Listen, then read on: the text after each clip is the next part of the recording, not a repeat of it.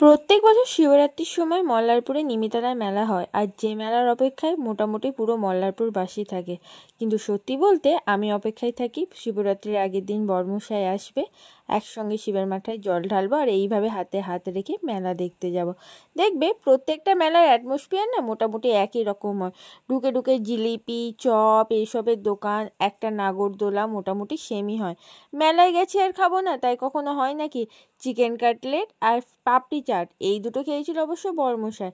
আমি না বেশ কিছু কাঁসা কাটার জিনিস কিনেছি। এখন দেখেছি কাঁসা কাটার জিনিস বেশ মেলাতে ঝোলানো থাকে, আমার ভালোই লাগে। এই জামা কাপড়গুলো 150-200 টাকায় সেল করছিল, ভালো লাগছিল, কিন্তু বড়মশাই বললো যে এখন নিতে যেও না, এই কাপড়ের কোয়ালিটিগুলো খুব বাজে হয়। মেলায় না আমার কাপ কিনতে খুব ভালো লাগে, আর কিনেওছি অনেক, তার জন্য আর রাখার জায়গা নেই বলে আর কিনতে পারলাম না। কিন্তু হ্যাঁ, কিছু কিনি না কিনি, রাখার জায়গা থাক না থাক, কানের কিন্তু কিনবই, কারণ কালেকশনই থাকে অসাম। এখানে আমি আর এখানে আমার পাও ভাজি বেশ টেস্টি ছিল। আর একটা লস্যি খেয়েছিলাম, একদম আমার ভালো লাগেনি। হ্যাঁ, সঙ্গে কোল্ড কফি খেয়েছিলাম, টেস্টি ছিল, কিন্তু ক্যাপচার করতে ভুলে গেছি। ফিশ ফিঙ্গার আর ফিশ ফ্রাই খেতে ভীষণ ইয়ামি ছিল, কিন্তু আমি ঝালটা তো একটু কম খাই, তার জন্য আমার একটু ঝাল লেগেছে।